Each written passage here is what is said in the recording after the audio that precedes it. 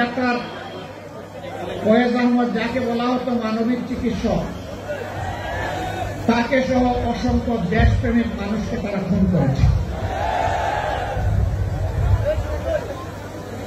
তবে যতদিন তারা ক্ষমতায় থাকে ততদিন তারা রাজা, আর যখন ক্ষমতা হারায় তখন তারা গর্তের ইঁদুর।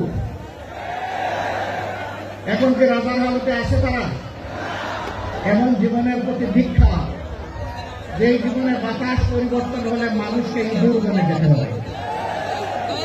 এমন রাজনীতিকে ঘৃণা করি, যেই রাজনীতি করতে গিয়ে দেশ ছেড়ে পালাতে হয়।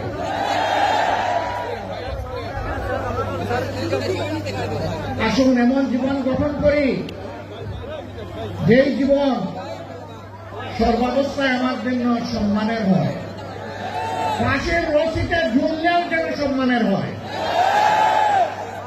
ফাঁসির পাতাতলের উপর দাঁড়ালেও যেন সম্মানের হয়, আবু সাইদের মতো বুক পেতে গুলি নিলে সেটাও যেন আনন্দের হয়।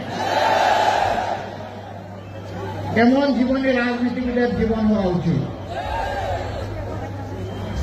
প্রিয় সম্মানিত ভাইয়েরা, এই 24-এর পট পরিবর্তনে লক্ষ্মীপুর একদিন আগে স্বাধীন হয়েছে। লক্ষ্মীপুরবাসীকে মোবারকবাদ। বাংলাদেশ স্বাধীন হয়েছে 5 আগস্ট অথবা 36শে জুলাই। আপনারা আল্লাহর পক্ষ থেকে স্বাধীনতা পেয়েছেন 4 আগস্ট, কিন্তু বিনামূল্যে নয়, অতি উঁচু মূল্যে। 11টা তাজা প্রাণ এই শহরের মাটিতেই ঝরে গেল। জালিমদের হাতে এইভাবে যুগে যুগে যারা দুনিয়া থেকে বিদায় নিয়েছেন, আমি তাদেরকে গভীর শ্রদ্ধার সাথে স্মরণ করছি। মহান রবের দরবারে দোয়া করছি, আল্লাহ যেন তাদেরকে শহীদ হিসেবে কবুল করেন। আমি শ্রদ্ধার সাথে স্মরণ করছি আমার অভিভাবক, আমার প্রিয় নেতা জনাব মাস্টার শফিকুল্লাহকে।